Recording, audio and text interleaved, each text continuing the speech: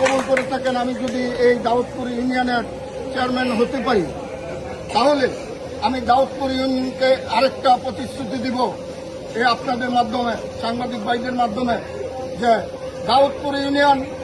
আমি যদি 5 বছর থাকতে পারি, তাহলে দাউদপুর ইউনিয়নের আল্লাহর রহমতে তারেক রহমান, আমাদের নেতা তারেক রহমান যেমন বলে গেছিলেন যে খলিফা ওমরের বিচার হবে বাংলাদেশে, আমি ইনশাল্লাহ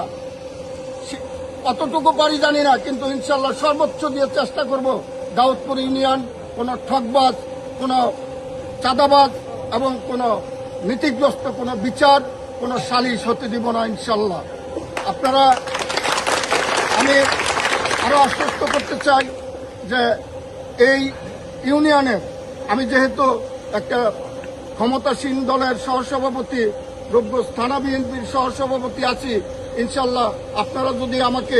ভোট দিয়ে জয়যুক্ত করেন, তাহলে আমি দাউদপুর ইউনিয়ন,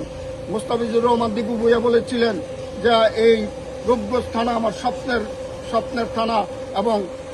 স্বপ্নের মতো গড়ে তুলব। আমি মুস্তাফিজুর রহমান দীপু ভাইয়ের সহযোগিতা নিয়ে, অ্যাডভোকেট মাহফুজুর রহমান হুমায়ুন সাহেবের সহযোগিতা নিয়ে, বাসিরউদ্দিন বাচ্চু ভাইয়ের সহযোগিতা নিয়ে আমি ইনশাল্লাহ এই দাউদপুরকে এমনভাবে পরিচালনা করব, আল্লাহর রহমতে সারা রূপগঞ্জের মধ্যে যেন একটা দৃষ্টান্ত হয়ে থাকে যে দাউদপুর ইউনিয়ন একটা সঠিক এবং নেতৃত্ব দিয়ে আমি দাউদপুর ইউনিয়নকে চালানোর চেষ্টা করব। এবং প্রতিটা ওয়ার্ডে যারা নাকি হিতৈষী এবং মুরব্বীরা আছেন, আমি প্রতিটা ওয়ার্ড থেকে 10 জন 15 জন করে নিয়ে আমি এলাকা ইনশাল্লাহ সুন্দরভাবে চালানোর চেষ্টা করব।